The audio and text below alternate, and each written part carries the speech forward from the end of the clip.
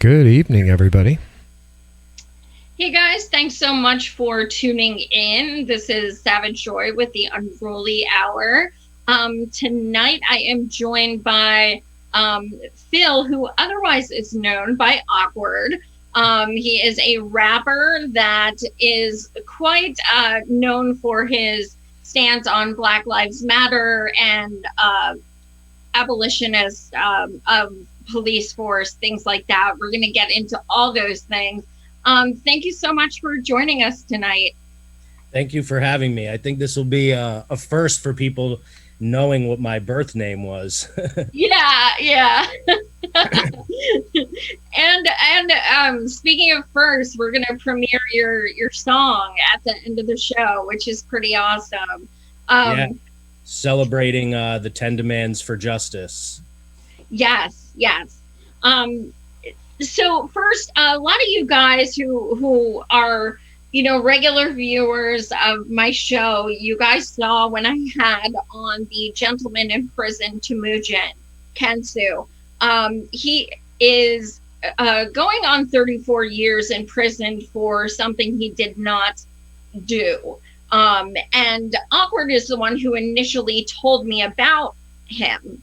So that's how we connected, and then I became like very outspoken about Temujin because he's clearly a victim of the system. And Temujin's fiance, who I also had on, just updated me about an hour ago. So she said, it seems there's a holdup with the Michigan Parole Board on Temujin's clemency application. Their determination was due to our governor on July 27th, and it seems they're deliberately not answering it.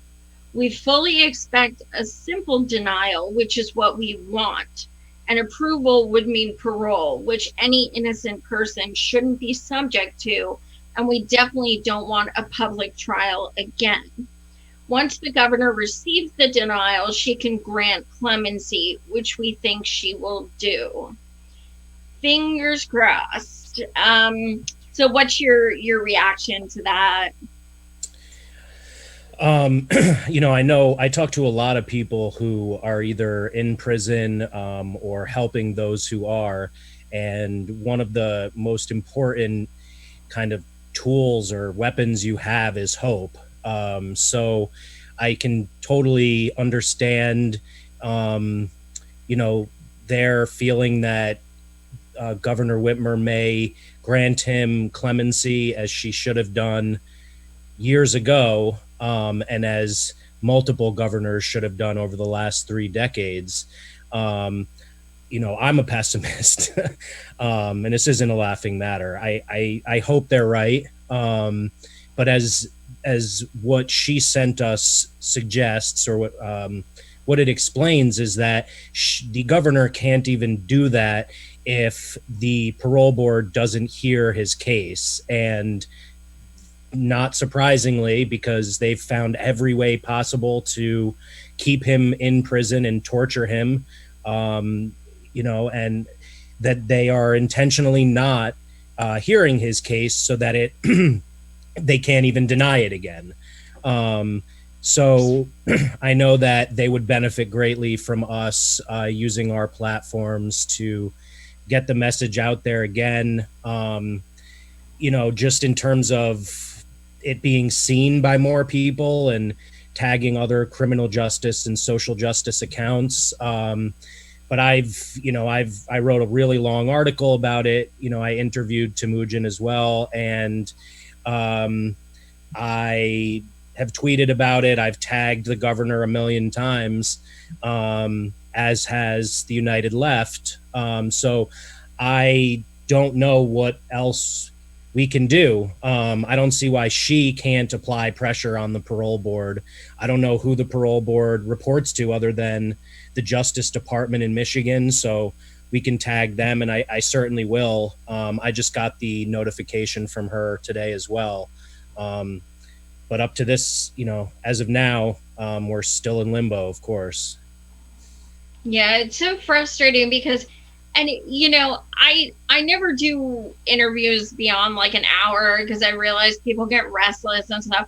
But I ended up talking to Temujin for 3 hours. You know, he's sitting in prison, and but he is the most hopeful, positive.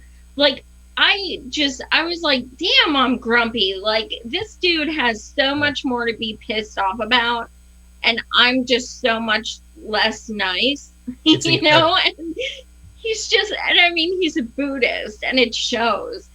He's just a wonderful person, and it makes you want to help him even more. Yep, absolutely. It's amazing. You know, there's so much that we can learn from incarcerated people, whether they're innocent or not. So much is, you know, built to prevent people from, you know, living a good life if they're poor or, you know, a person of color. And once you're in, they do everything they can to prevent it from being what it was originally intended for, which is penitence and rehabilitation. You know, they responded to him getting publicity from me and proving innocence and undisclosed by putting him in total lockdown. You know, it's just any way to dehumanize these people. They are not looked at as human beings. And to have his positive attitude after 34 years is really mind-blowing. Yeah, and especially now, you know, getting COVID, having a brain tumor, having breathing problems. He was supposed to have a video interview with me, and at the last minute, they're like, no, he's not allowed, blah, blah, blah. So, you know, his fiance said, no, we're taking that higher. So now they agreed that he is allowed to do that. And she's like, he's already done that. He's allowed. But, you know, they look like complete dumpster fires when they're, you know, he's in there because of them. They don't want his story to get out. That's the worst thing that can happen to them, because it makes you wonder, whoa, how many other people are in his situation? Because you think 10 years ago he was found innocent, yet he's still in there.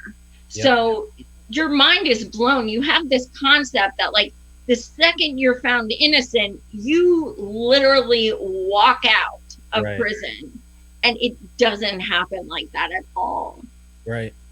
Yeah. And there are so many cases. You know, there are people who have been executed who have been found innocent.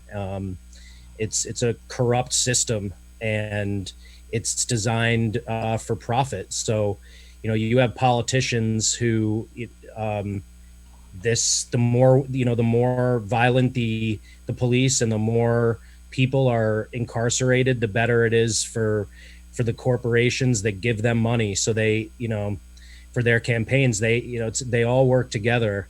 And, you know, it's incredibly disheartening when you look deep into all of this stuff. The facts are startling.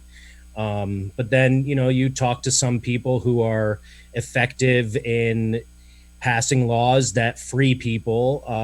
So you get a little bit of hope. But, you know, I'm an abolitionist because I believe that this system is not failing. It's doing exactly what it's intended to. And it's been happening since the end of slavery. So that's why, you know, for me, we need to go much further than just freeing, you know, 100 people here, 100 people here. You know, prisons and police do not deter crime. They create recidivists. And, you know, there's a lot of different alternatives we can use, where even if someone has it out for someone like Temujin, they won't end up in prison for 3 decades because there's no prison for him to go to. You know, if we have equal education, if we have free healthcare, if we have affordable housing, people won't be in a position where they may have to steal. You know, there's so many things that can be done to prevent crime, as well as, you know, provide reparative justice instead of thinking about it the way we do now and have for generations. It's just crime and punishment, you know, and punishment doesn't help people. It doesn't help the victims, and it doesn't help the people who are often victims themselves, who have perpetrated the crime. Right on. So you actually you post tons of stuff, obviously, even more so than most, about police brutality and protests, and we're always sending things back and forth. It's really like nonstop, and a lot of it has kind of quieted down on social media, which has been kind of disappointing. So the Floyd protest, which started almost about 3 months ago now, they're still going. Yeah. Have you had a chance to physically go to any yourself? I spent, let me think. I spent about 20 years going to protests, and actually leading direct actions, and civil disobedience, and there was one instance where my mask was taken off, and there were machine guns pointed at my face, and photos were taken of me by the Secret Service, and I am absolutely, I admire and honor those who are in a position like mine and continue to put themselves out there. But once I met my wife, who had 2 young kids, she kind of laid down the law for me. I could continue to make music, that is almost exclusively political, and continue to use my platform to spread awareness, help people get out of prison, do journalism and strategy for the left and all of that. But she didn't want me in the streets anymore. And, I have to put my family first. And what is that like, for you as an activist? Don't you have those cravings where you're just like, because I was like, it's COVID. And then one day I'm like, fuck it, yeah. I'm going. I am going. I don't care. Like, and it like pains you to not be in the street. So how do you rectify that?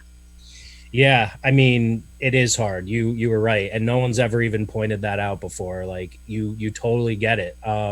When I after Charlottesville, my music also, for what it's worth, has slowed down quite a bit. I used to put out a ton of music. Now it's very strategic and very timely, and I'm a busy guy. Being a father, honestly, and doing the stuff that I do on a daily basis, doing interviews and creating programs for change like 10 for Justice. So even my music has kind of taken a back seat. This new song that you're going to play tonight is my first actually like completely brand new song since Charlottesville. And the one I put out right after Charlottesville specifically talks about being on my back porch. I also moved from New York City to upstate, and I'm standing on my back porch crying because the angst and energy and anger and that I'm feeling, not being able to be there and protect someone like Heather Heyer and and be a part of it and make a difference that way. It was really overwhelming, and that's what got me to make another song then, but I've gotten more comfortable with that. I've now been married for 8 years. No, sorry, 6 years. And I do feel comfortable that I'm contributing in a lot of ways. And if everyone thought like me, though, and no one went to the protests, it would be a major problem. I'm thankful that others are braver and stronger and, tougher with their wives or whatever and do it. But given the position that I have at this point in my life and career or whatever, I feel like I'm able to contribute more by spreading truth. And, for example, getting the 10 for Justice flyers to protesters than I could just being an individual at a protest, specifically if I'm not helping with, certain actions or organizing. Right on. And, we'll definitely delve even deeper into the 10 demands for justice. But that's something that you post about a lot, you talk about a lot. What well, I guess I digress a bit. What was your initial reaction to seeing all of these protests? I think, like, at first, all of us were so touched and so hopeful, but then we realized, like, holy shit, this is getting bad. Like, people are getting, beat up, and it just kind of, the police were exacerbating everything. Yeah. So, what is your reaction as you start seeing all of these, police brutality, videos of people who are just simply trying to be heard? Yeah. I mean, I saw it in person. This isn't the first time by any means that cops have treated us this way when we are exercising our constitutional right to assemble. But no injury or death or anything at the hands of a police officer during a protest, is something to celebrate. There's no question about that. But so yes, I was hopeful, although that's not a great word for me. I was inspired, and I was excited by the depth and breadth of all of this, that like all 50 states are protesting at the same time. That hasn't happened in my lifetime. This is the biggest uprising in this nation's history, bigger than the civil rights movement. And so the fact that cops are responding the way they are, local police, the fact that the National Guard has done what they've done, and the fact that Trump's Gestapo, which Biden would have sent in as well, are responding the way they are, is further evidence of the need for the change that we're all protesting for. And I think we have to take this, multi-pronged approach, where we are sending our 10 demands to all the members of Congress. We have people like Cori Bush, who just won her race, Jason Call in Washington, who not only endorsed the 10 demands for justice, but adopted it as his criminal justice platform. So we're working to elect as many down ballot progressives as we can, so we have people who will actually implement substantive change in Congress. And at the same time, we are flooding the streets. Change doesn't happen peacefully. Change doesn't happen without protest. This is all, they want to be comfy and convenient. And so, I look at it as saying, if I'm demanding abolition, that terrifies them, mainly because they don't understand it, but also because it doesn't fit their worldview and doesn't, they're trying to protect their capitalist interests. But if I'm demanding that and I'm getting politicians to sign on to that, they might be more likely to defund, because they're not going to abolish right away, but they'll say, okay, well, you're demanding this, let's give you this instead. And then when we see how much less crime there is when we defund and demilitarize, we put that money into alternatives that are for the communities, then it'll be easier to abolish. Martin Luther King wasn't successful simply because of Martin Luther King. He was successful because they were terrified of Malcolm X and the Black Panther Party. So we need the protesters to scare the shit out of them so that we can have some success. Absolutely. And the violence is, no, I just don't know if I made it clear that like the violence is part of that. When you go to a protest, even one that has been, if you go to a town that's been peaceful up until this time, you're not guaranteeing it's going to be peaceful. The cops are the ones that make it violent, and it changes on a dime. They make up a story and it starts, and so everyone should know what they're risking when they go, and everyone who goes deserves recognition for their bravery and their participation in the revolution. Absolutely. I actually, I've been to a few, but the last one I went to was actually Joe Biden came to my town. So we had a Black Lives Matter protest. It was kind of fitting and awesome. Yeah.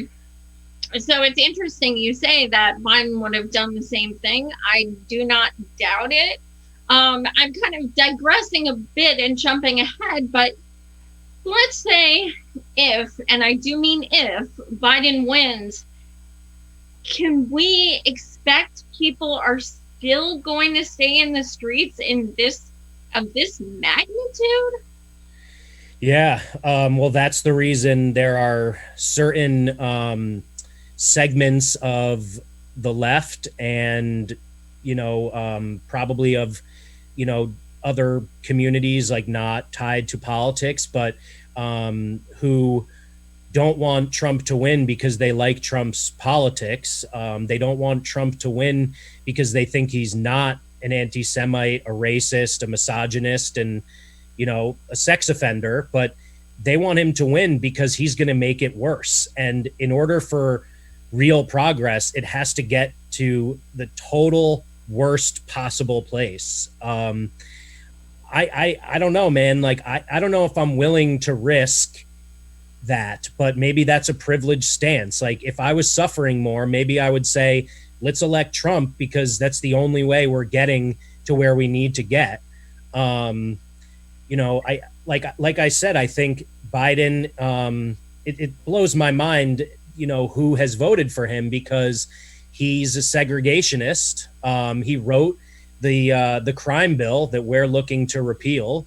But I think what differentiates him from Trump really is that he wouldn't be on Twitter actively promoting violence against protesters. He wouldn't be actively calling Nazis very fine people.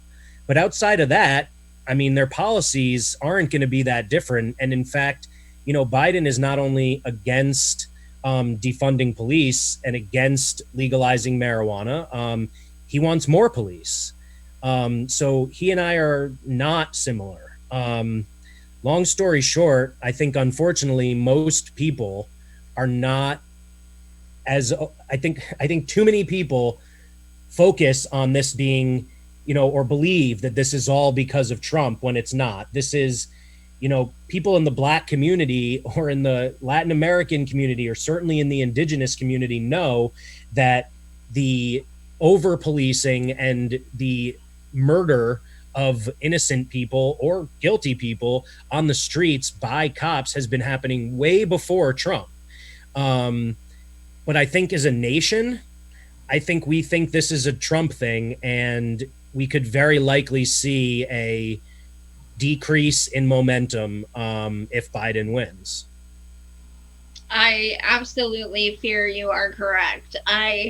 If I fear if Biden wins, it's going to turn into very much if Hillary would have won, Trump never existed. Let's go back to brunch.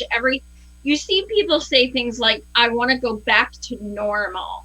Yeah. That's the epitome of privilege. There is no normal for, people who are of color or poor or anything like that. And I just fear that, the protests will kind of stop happening. Yeah. I mean, the normal for poor people is choosing between the doctor, the roof over your head, and feeding your kids. The normal for people of color is being racially profiled and stopped and frisked, and having to have your phone on you ready to record at all times. The normal for privileged people, for wealthy people and white people, in general, is what they're talking about. And like you said, that is absolutely a privilege. I hope that, the Million Mask March that Anonymous is working on maybe adds some momentum. I've been supporting, the general strike since May, which is something that was directly related to the ways that COVID, like everything else, has discriminated against poor people and people of color. People demanding proper PPE and demanding paid sick leave. There's a ton of things that we can still be protesting that Biden isn't going to fix. but it really does take some really quality and empowering, inspiring organizers. And one thing that's clear, I think, about the protests across the country is, while certain groups take leadership of certain moments, there is no overarching organizer or leader, which, I don't know if that could be said for the civil rights era. We certainly, in retrospect, I wasn't alive then, but I can look back at what history tells me, and there were certain people that they were following. I don't see that person right now. So that, I don't know. Hopefully, someone or something rises up, something changes, where we are better organized and more committed. But I fear what you fear, for sure. So, on that note, let's start discussing 10 demands for justice. First of all, how would you label this? Is it an organization? Is it a program? Is it a theory? How exactly would you describe this to people? 10 demands for justice is a set of demands. I think the closest among the options you gave me would be a program. 10 demands is a coalition that formed organically beginning in late May through the creation of the 10 demands for justice. So we are a group of about 10 people, multiracial, multicultural, multigender, across geographies in this country, that, all leaning to the left very much so, that came together to, put together demands for real substantive change, knowing that not only have reforms proven not to, really effectively change people's lives for the better who are most impacted by over policing and mass incarceration, but many times actually serve to, further strengthen the system that we're trying to change. The theory is abolition. It's something that has been bounced around for generations, well before my time, and has been led over the years by Black females, feminist activists like Angela Davis, Miriam Kaba, and many others. And so we saw disparate demands coming from a lot of different groups, but we wanted to try to consolidate and be comprehensive, and include a couple things that we did not see in other demands. But we based much of the work, the strategy behind it, on all of our predecessors, the women who have been doing this for years, as well as what members of Movement for Black Lives and Black Lives Matter, have been demanding. We also conferred a great deal with members of the indigenous community, because very often, and as has been the case with any other sets of demands, the First Nations have been left out. So we wanted to be sure we included them, as well as the poor and other people of color. So we came up with what we thought was 10 really solid demands that set the road for abolition. A lot of people think that, if you're for abolition, you want to see all prisons closed tomorrow and all cops fired tomorrow. That may be ideal, but honestly, I'm not even sure if it would be. We're not prepared as a society to handle that. That's why throughout our 10 demands, we include a number of actionable steps, things that can be implemented today, that would lead us on the path. And so many people now, more so than ever, are talking about defunding the police. For us, that would be step one. So you defund the police and you allocate that money to the communities that are most impacted. And, as we go down these 10 steps, we are building this humanist alternative society where cops in cages wouldn't be necessary, where, you know, we have peacekeepers instead of police, we have wellness checks instead of patrols, we have counseling, mental health care, you know, substance abuse, we have skills-based education, we have intervention, and then for when incidents occur, because we are human, we have mediation and reparative justice. You know, research tells us that interactions with police actually predicts future criminality.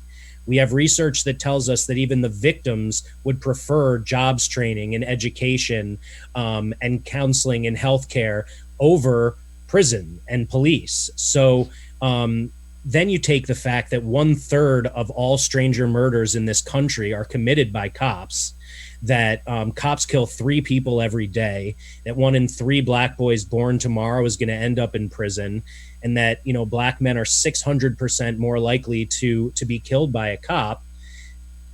Add that to the fact that even even public prisons are benefiting from the prison industrial complex by putting these new slaves to work at 0 cents to 10 cents an hour, charging them exorbitant fees for phone calls or for commissary.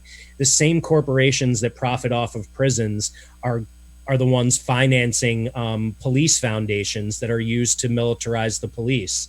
It's this huge system that started with making theft a felony, and started right after slavery, when all of a sudden they didn't have this free labor. They needed to create chain gangs. So, you know, that's, you know, ever since then, we've had, you know, the cops on patrol collecting people for this purpose. And it's, you know, very much discriminatorily applied. So 10 for Justice proposes a ton of, you know, steps on this path toward abolition, things that, you know, someone might call a reform, but when you look at it on the road to abolition, you know, ending cash bail, closing jails, freeing nonviolent offenders, you know, things like that, decriminalizing homelessness, and the sex trade. These are all things that will drastically reduce the prison population and the need for police, so that when we're ready, we can have none. Absolutely. Is there a way that you can put us in thirds so you can have that meme like up at the same time that we discussed it? It's a little small. I can't blow it up. I'm sorry. I've got it. I can quickly read to you what the 10 are, but I'll just say, if you go to 10forjustice.com, it's the word 10, the word 4, 10forjustice.com. You'll see that under each demand is a lot of explanation, and within each one, it lists specific policies we want to enact, specific laws we want to pass, specific laws we want to repeal. So, you know, if you want, I could read you just the titles of each of the demands. Well, I was going to go down each one, but I thought it was easier if they could see it too. See it? Yeah, sure. But first, I do want to ask you about something that a few people have commented on. So I just want to ask you. Yeah. So Naomi or Nomiki brought it up on her show too, inadvertently. So on the main post for 10 demands for justice that you have pinned, it has Angela Davis on it. Yep. It absolutely, without question, looks like she is endorsing 10 demands for justice. Uh-huh. Why, you know, people are asking why you are not like clarifying that you're just using her quote, or because it absolutely looks like she is the one that's endorsing it. Well, it's really easy to do the research. We have a ton of endorsers. Angela Davis is not one of them. I've never spoken with her. If I had the chance, that would be a great honor. I have never been asked that question, in the sense, other than, as you said, Nomiki asked me and I explained. We are trying to put the voice of the people who have been putting in the work for way longer than us out in front. So Angela is by no means the only person whose quote and image we've used. We are in the process of making even more, but if you go to 10 Demands, that Twitter account, you'll see others that we've used. No individuals who've been used have asked us not to use them. We obviously wouldn't if they had, and no one has asked me to clarify. So had anyone asked me to clarify, I would have said that to them, and I would have said, you're welcome to look at the people who have endorsed. I've been an abolitionist for 20 years and a criminal justice activist for longer than that. I've spent time in Greenhaven maximum security prison. I've spent time at alternative to incarceration centers. I lobbied Congress for the repeal of the Rockefeller drug laws. I've been doing this a really long time, but I am a white man, or at least my skin is, and so people have asked me, why am I the one doing all the interviews? It's because I am very much accustomed to this. As a public figure, as a hip hop artist, I've been doing interviews for almost 20 years as well. So there are people of color who helped us create the 10 Demands, who are part of the group, who have, for the most part, opted out of being public. You can find them on the website. You can look at the team. We always defer to people who have the lived experience. So even in our group, when we were discussing where the indigenous community stood, we asked the person who is indigenous, who's a part of our group. So I can only base my experience on my experience. I know that my experience with police, albeit horrific, is nothing like what it would have been had I been black. I might be dead given the positions that I've been in as a white guy. They may hate Jews too, but it's not painted all over me. I can pass as a regular white guy anytime I want. So I'm aware of that privilege, and have communicated with a lot of members of the Black community, as well as the Latin American community, in creating this, to make sure that not only did we have their input, but that we were representing these issues the right way. So there were a lot of iterations of the 10 Demands. We made changes based on the feedback we received before we put it out. Right, and the first thing I noticed was the name of it, 10 Demands. A lot of times, in the activist community, we do see people who have, protests and stuff, and they have no demands. Mm-hmm. So the way it looks is these are people with poster board. That's what this is. They, so the fact that it's 10 Demands shows, look, this is a list. This is what we want. So the first one is defund police and reallocate resources to impacted communities. We kind of touched on that. The second one is demilitarize the police. Now, there are some bills that have come out as of late in certain states to say no more, tear gas, no more rubber bullets. But we saw in a few places, even though that happened, it's still being used. Right. And that's, it's a statewide thing. And that's specifically addressing what happens at protests, which we actually touch on later on in the 10 Demands. But what we're looking to do as far as number 2 is demilitarize all police departments across the nation. There are small towns whose police departments have tanks and machine guns. One of the first things I did when I left college was to go back to the town I grew up in and use my journalism to prevent them from getting AR-15s. That may seem like nothing for a police department, but this was a town where there was no crime except those crimes I was committing. I experienced a ton of anti-Semitism, and very few people of color experienced racism far worse. This was a very homogeneous place with a bunch of rich people, and me and a few others were working class or poor, and we felt it. But the cops were dealing with people like me. They weren't dealing with anything that would require them to have assault rifles. And like I said, it gets a lot worse.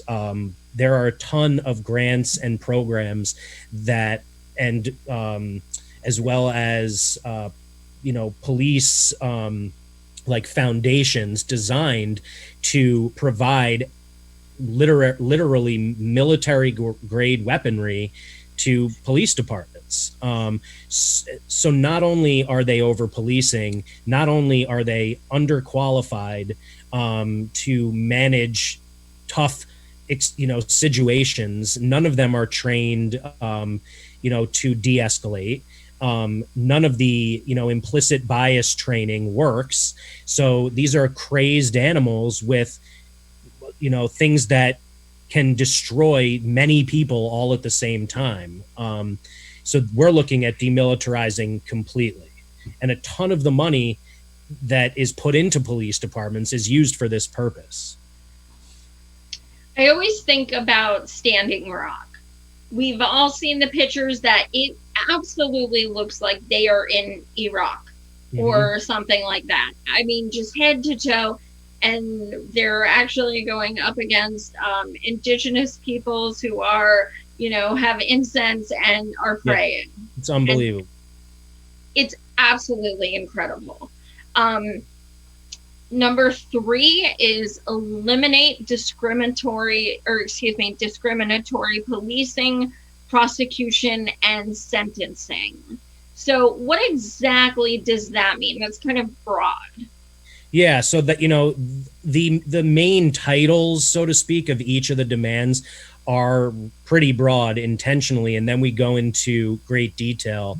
This is the kind of thing that reformists are trying to do all the time, but without specific changes to law and without an end goal of abolition, we're not going to really get anywhere. So what this includes is ending all types of policing that are used to criminalize certain populations, people of color, and poor populations. So ending broken windows policing, stop and frisk, racial profiling, repeat offender policing, gang policing, immigration paperwork requests, and then things like decriminalizing poverty, which to me is one of those things like can happen right now. Repealing laws related to the street economy and the occupation of public space.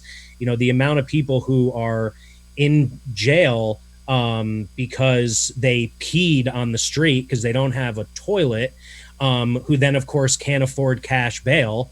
7 out of 10 people in jail in this country have not been convicted of a crime. This also includes ending mandatory arrest and failure to protect laws that target survivors of gendered violence. And it also ends fines and fees related to the criminal legal process. Basically what they're doing is profiting through policing. It also limits prosecutorial discretion and prosecutor immunity, so that and also holds judges responsible and accountable for breaking their oath and breaking the law. Because right now, prosecutors can arbitrarily decide how hard they want to go after someone. They can even change the way that they apply what people are being charged with. It's called stacking charges. Then it's up to the judge to implement it. And all of these people are benefiting from, incarcerating people. So this is this specific demand is eliminating all of the ways that we continue to criminalize certain people. And what about defense attorneys that, you know, they're so many times people on trial are giving these people, and they absolutely could not care less. We saw it in Temujin's case where the guy was like literally a druggie, didn't care about him, didn't care about the case, overlooked so many things that would have gotten him off immediately.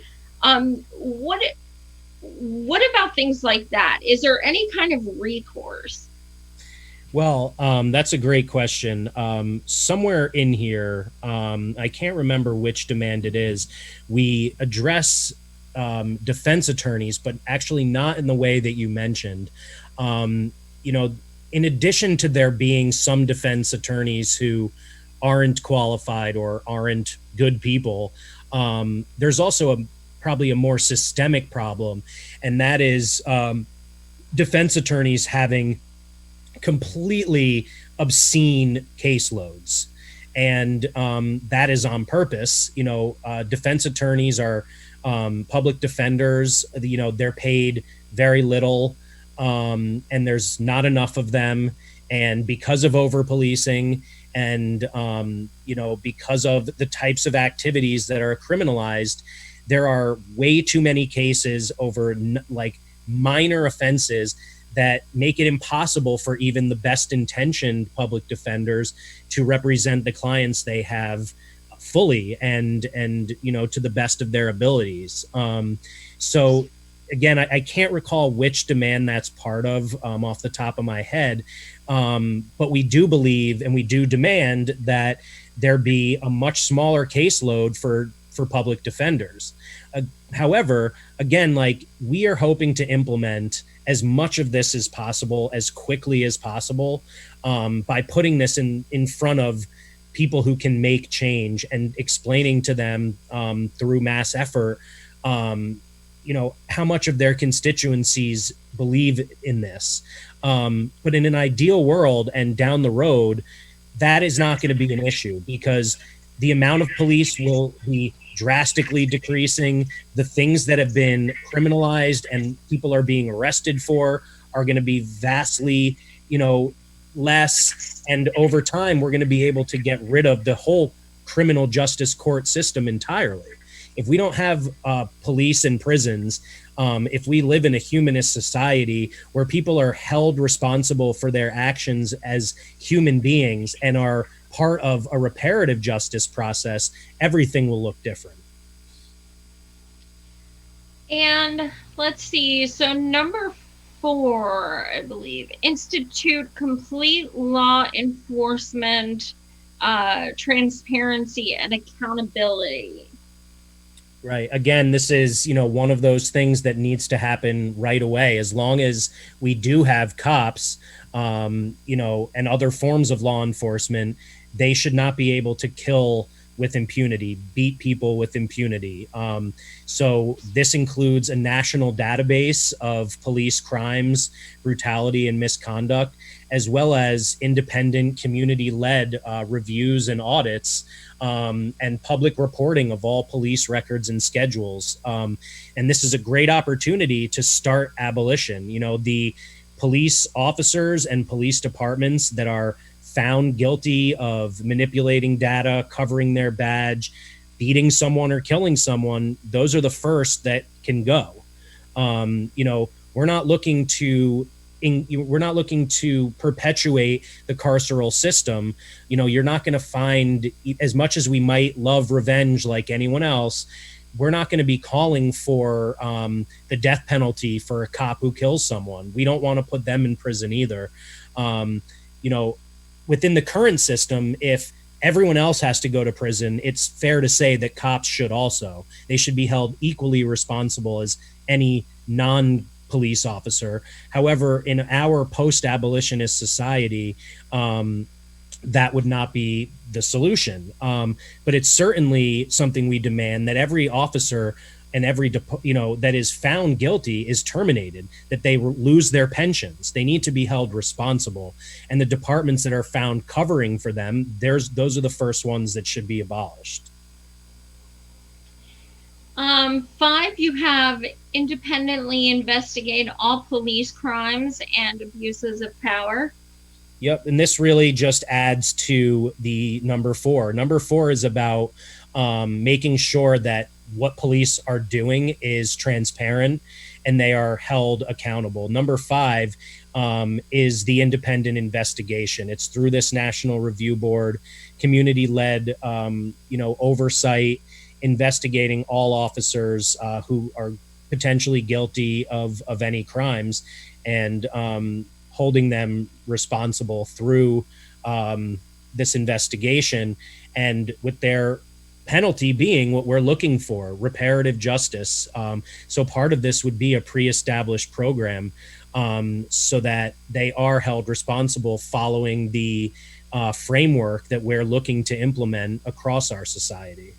But one other thing that is part of this is creating a legal fund for victims of police brutality. That's something that, we believe that anyone who has been a victim, should be given at least monetary compensation for what they've been through. And it should be the police who are responsible for providing that through pensions and things like that. 6 is install community reparation, oversight, and safety measures. Yeah, not like community policing. We want to rid our society of that concept of monitoring people and patrolling. This is where we really start to get into building this alternative society. So as we're defunding police departments, we have the trillions of dollars that are now going to fund them, going to community-based public safety, adding peacekeepers and doing wellness checks, intervention, violence prevention, skills-based education, mental health and substance abuse, treatment, mediation, and reparative justice. And then, we do believe that we should probably have a state level monitoring just for proper checks and balances. People are people, and there's corruption at all levels. We want to make sure that communities are able to be responsible for and take pride in their own health, their own safety. And we want to make sure that the marginalized groups that have the least say in how things work now are given priority in decision making. But we also believe that, there's no harm in checks and balances to make sure that, on the local level, things are running the way, that in a way that is beneficial for the entire community. Number 7 is end strategic counter-protest violence. Yeah, so this is what you were talking about before with, there may be laws against, in some states, against tear gas, against rubber bullets, but it happens anyway. And there are a lot of laws in this country that actively contradict the Constitution. There are anti-protest laws. Cops use tear gas, pepper spray, and rubber bullets. There's tons of videos of them beating protesters. Protesters have been shot. And we believe it is strategic, both on the level of the local police and the federal officers. So we believe that, all anti-protest laws should be banned. All officers guilty of arresting or applying unnecessary and excessive force against protesters should be terminated. All dispersal methods should be banned.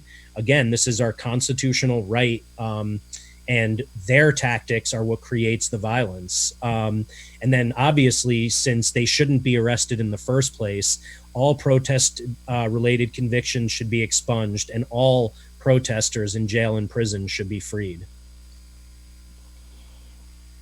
8 is apologize and provide reparations. Yeah, so this is something that was, imparted to us as incredibly important, both to the community of descendants of Africans as well as of the First Nations.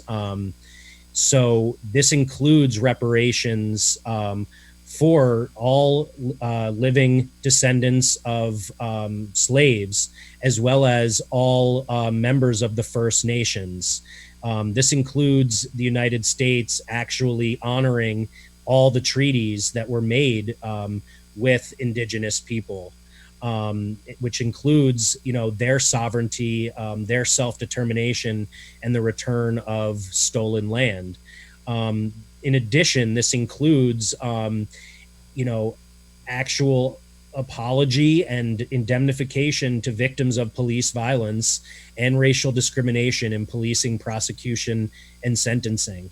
So in addition to reparations, we believe that those who have been responsible for enslaving, raping, murdering entire segments of this country, they should be put on display and apologize. That will make a major difference to those who are impacted. Number 9, end the war on drugs. Yeah, so in this country, drug use and drug addiction are criminalized. If you're rich and you don't have some kind of addiction that causes you to need to get a hold of your drugs in a dangerous way, you can do drugs and no one will bother you. Right now it's kind of sentence for crack cocaine is 20 times worse than the sentence for cocaine, and that's only been about 6 years of that. Prior to that, it was 100 times worse. So it's pretty clear what the intent of drug laws are. It's criminalizing certain members of this society. We believe that drug use and drug addiction should be decriminalized. A huge percentage of the people in prison are there for nonviolent drug offenses. All of those people should be freed, and we'll get to that in number 10, ending carceral punishment. But in addition to legalizing marijuana specifically at the state and federal levels, it's not enough to legalize it and have a ton of people rotting in prison and certain rich white guys getting richer off the sale of legal marijuana. As part of the end of the war on drugs, we need to invest in the communities that have been most impacted by the war on drugs and ensure that everyone is given an equal opportunity to get involved in the legal marijuana business. Okay, and number 10, you did touch on end carceral punishment. Yeah, this is incredibly comprehensive. At the end of the day, as an abolitionist, we're calling for everyone to be freed, for all prisons to be closed. But there are people who can be freed right away. Anyone who is elderly, disabled, or immunocompromised, particularly during COVID, but at all times, nonviolent offenders, undocumented immigrants, people who are criminals just for being here, criminalized survivors, typically women, but people who are victims of abuse who finally stand up to their abusers, and anyone held on bail or for parole violations. These are all people who could be removed, taken out of prison right away. We also, as part of this, believe that, the 13th Amendment needs to be updated. Slavery, in a way, still exists both in practice and in writing, because written into our very Constitution, it says that you can enslave someone as a punishment for crime. And that's exactly what happens today with people working for slave wages, and the reason there is so much over-policing. Other things that fall under the long-term goal of ending carceral punishment include banning, like the vast majority of other industrialized nations, the death penalty, banning solitary confinement, which has been shown to be a human rights violation, repealing 3 strikes laws, and mandatory minimums, ways that we go out of our way to imprison people. It's designed to imprison certain types of people. There was a guy who was put in prison for stealing a piece of pizza for a long time because he had 2 prior offenses. Right now we have a school to prison pipeline that is designed to, facilitate this and perpetuate mass incarceration. So there are a lot of things we can do right now to put an end to the school to prison pipeline, like repealing truancy laws, demilitarizing schools, removing police and surveillance technologies, and metal detectors, and eliminating school zero tolerance policies that, like the policies for adults, discriminate against poor people and people of color.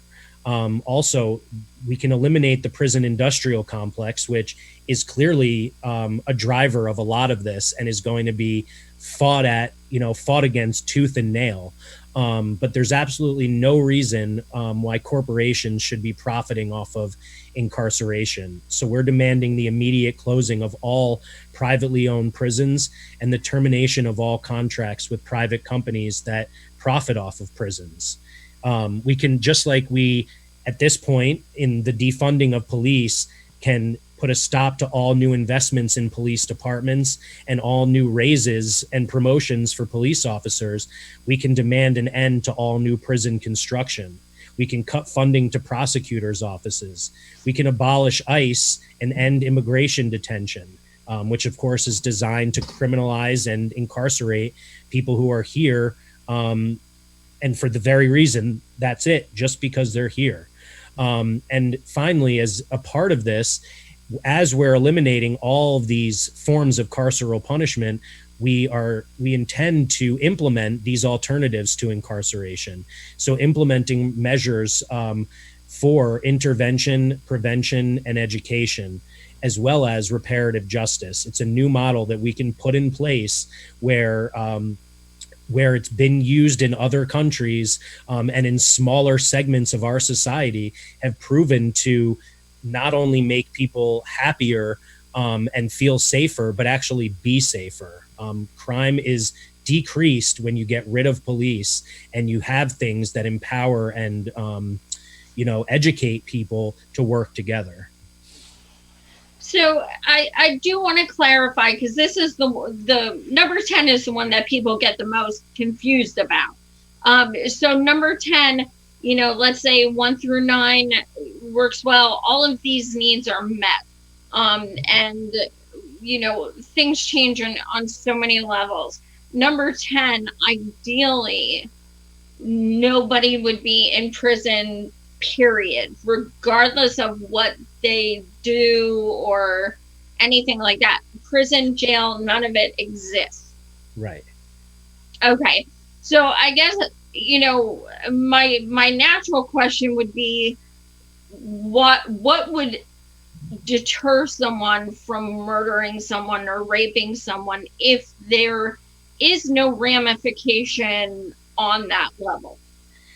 Well, that's why, and it's possible that others may disagree with me, but I personally don't believe that this is something that can happen overnight. And I also want to be clear that it's not that there are no repercussions. It's just that there are different repercussions. You will be held responsible for your actions, but you will just not be put in a cage. But what really is the cause? I mean, one of the things that we need to make clear is that just saying that this seems too idealistic and let's not try it, doesn't work, because what we're trying now doesn't work. The death penalty does not deter crime. More police on the streets does not deter crime. Prisons do not deter crime. So we're proposing an alternative that I'm sure will have its ups and downs, will have its flaws. But most people in this country, for example, rape people they know. Most people in this country murder people that they know. And as we said, most, or at least a third of stranger murders are committed by cops. A ton of crime, not to mention that 40% of cops beat their spouses, and those are only the ones who were brave enough to report this abuse to other cops. Cops are the most violent people in this country. So we will drastically reduce these types of crimes just by not having cops, not empowering them and giving them weapons. Those who have been found guilty of these types of behaviors can find other jobs. This is not going to create a utopian society where no crimes are committed. But what we're trying to do is decriminalize the vast majority of things that fill our prisons today. It's not mostly murderers. If you look at the statistics, you can go to prisonpolicy.org. Most of the statistics, or most of the people incarcerated are nonviolent. So yes, a murder may happen, but we're trying to create a society where people have the mental health treatment, the the counseling, the drug addiction, solutions. All of these things are building communities so that, coupled with not having cops terrorizing people, there will be a lot less crime. When crimes are committed, no one doesn't commit a crime because they're afraid, like, they're going to go to jail. Like, when people commit a crime, they're not thinking they're going to jail. They're just doing it. So we're trying to put all that money that is spent into policing and incarcerating into creating societies where those types of actions will be far less common. So what is, you stated there would be other ramifications besides prison for someone who does something, on the serious end, like murder. What are those ramifications if not prison? Well, obviously there could be I think it depends on the situation. There are certain people who may just need hospitalization. Where, as an abolitionist, you can't be in favor of forced hospitalization because that's a form of carceral punishment.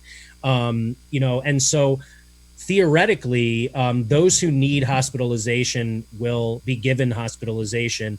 Those who have made a mistake, a crime in passion, who, again, if people aren't starving to death, if people do not have addiction problems that are not being treated, the accidental murders, the murders of people they don't know in the middle of a stick up, they're not going to happen. But in the case of murders happening, which of course, like, it's impossible to say it never will happen again, people will have to, give back to the communities that they harmed.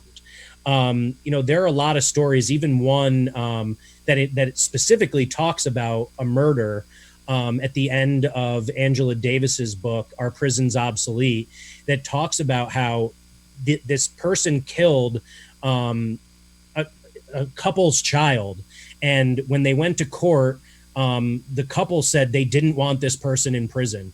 Over the years, they ended up working with their child's murderer, doing speeches all over the country about, like, the power of reparations, reparative justice. And there are ways that, part of the problem is the way that we think now. Like, if you're a murderer, we can't envision ourselves being in that position.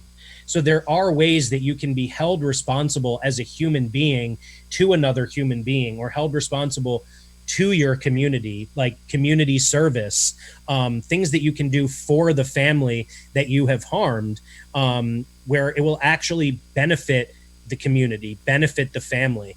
Putting someone in prison to languish there and cost more than a college education to give them a bed every night is not helping the victims or the person who did it.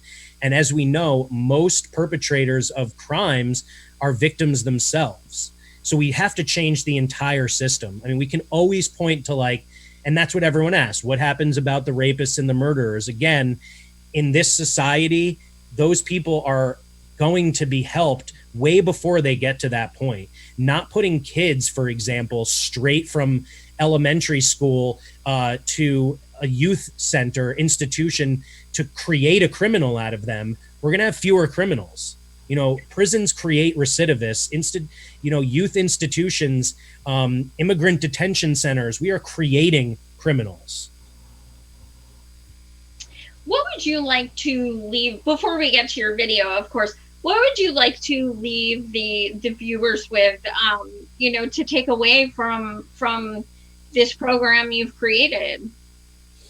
I would just say that we are proposing a solution that can start today, that is far-fetched as someone who may have not done the research may believe full abolition is.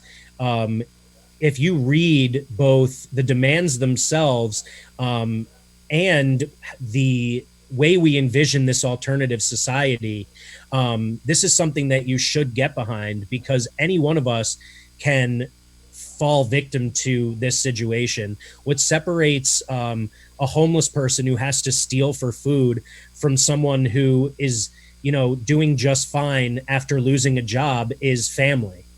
Someone who doesn't have a family isn't a worse person, but if they don't have that safety net, they're now homeless. The fastest growing homeless population in this country is women with children. And 40 million people go hungry every night. Most crimes are committed out of desperation. And it's time we stop criminalizing poor people and people of color. There's a ton of research that can be done just through our resources page at 10forjustice.com. And, we are putting together an email campaign so that these demands, and not just the 10 titles, but all of the actions, the incremental steps that can be taken today, are in front of your leaders. And any help that we can getting the message out is greatly appreciated. So you can contact us through the website. And, this song that you'll hear tonight, I think puts it all into perspective. It sets up the situation we're in and discusses what the solution can be. In the coming weeks, we will have an actual video for it. But right now, this is the world premiere of the song. No one has heard it yet. And it's entitled 10 Demands. Awesome. Well, thank you so much for joining us, Awkward or Phil. And thank you guys so much for watching. Tomorrow night, I have Ryan Knight, who you guys absolutely loved last time. And Nina Turner has asked my co-author and myself to come on her podcast, Hello Somebody. That's going to be the 20th. And Pat and I submitted our book for print last night. So it is official, savageandpat.com. If you want a signed copy by either Pat or myself. And I started a Patreon after over 3 freaking years. So if you want to help me out and you appreciate what I do, you can go to Patreon and then just search Joy Marie Mann. But in any case, thank you guys so much for watching. Mm-hmm. I want a copy. I want a signed copy. And also, Ryan is one of our endorsers. So it'll be a nice tie-in to have him on next. He's one of the... Oh, okay. Yeah, so he endorsed 10 Demands, and he'll be helping share the video when it's done as well. Awesome.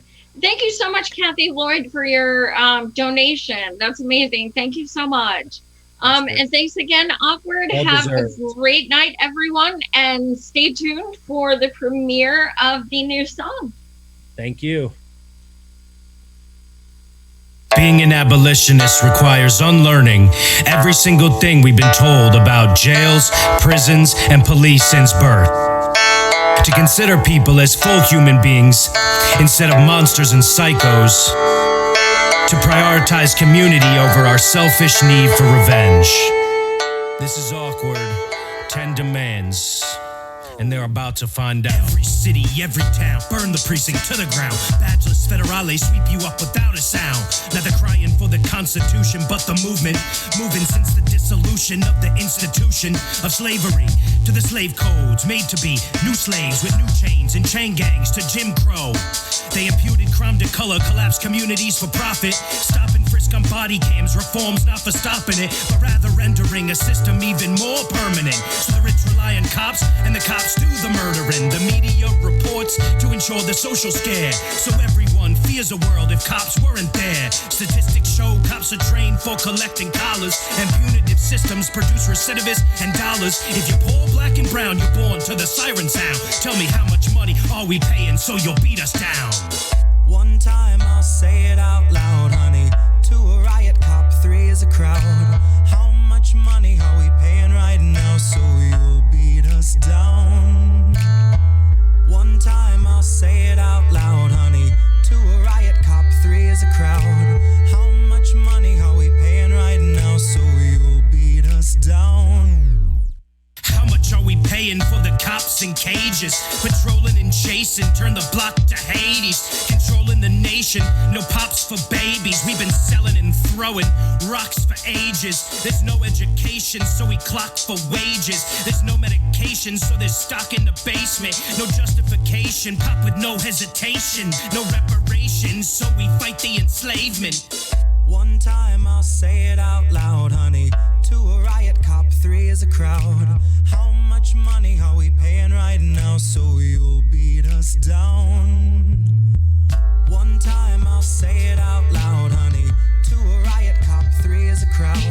How much money are we paying right now so you'll beat us down? The revolution's now, we still can't breathe. You think it's revolutionary defunding police? That's phase 1, we will abolish the beast. Demilitarize and allocate funds to our needs. Cops don't stop crime, so we're placing peacekeepers. Training counselors, mediators, and teachers. Freeing protesters, political leaders. And blasting revolutionary rap from the speakers. We getting reparations and apologies for past and current crimes, damaged psychologies. The war on drugs is over, watch the drop in all the robberies. Close the jails and prisons, equalized economy. Try me, and we could still be enemies in this new society without the death penalty. No illegal immigrants, no victims in the pens, no corporate profiting, no crime and punishment. We'll tend to mental ailments, apply an intervention, ending the surveillance, denying all detention, rebuilding our communities, village by village. It's time to check your white male heterosexual privilege. One time I'll say it out loud, honey. To a riot cop, 3 is a crowd. How much money are we paying right now so you'll beat us down? One time I'll say it out loud, honey.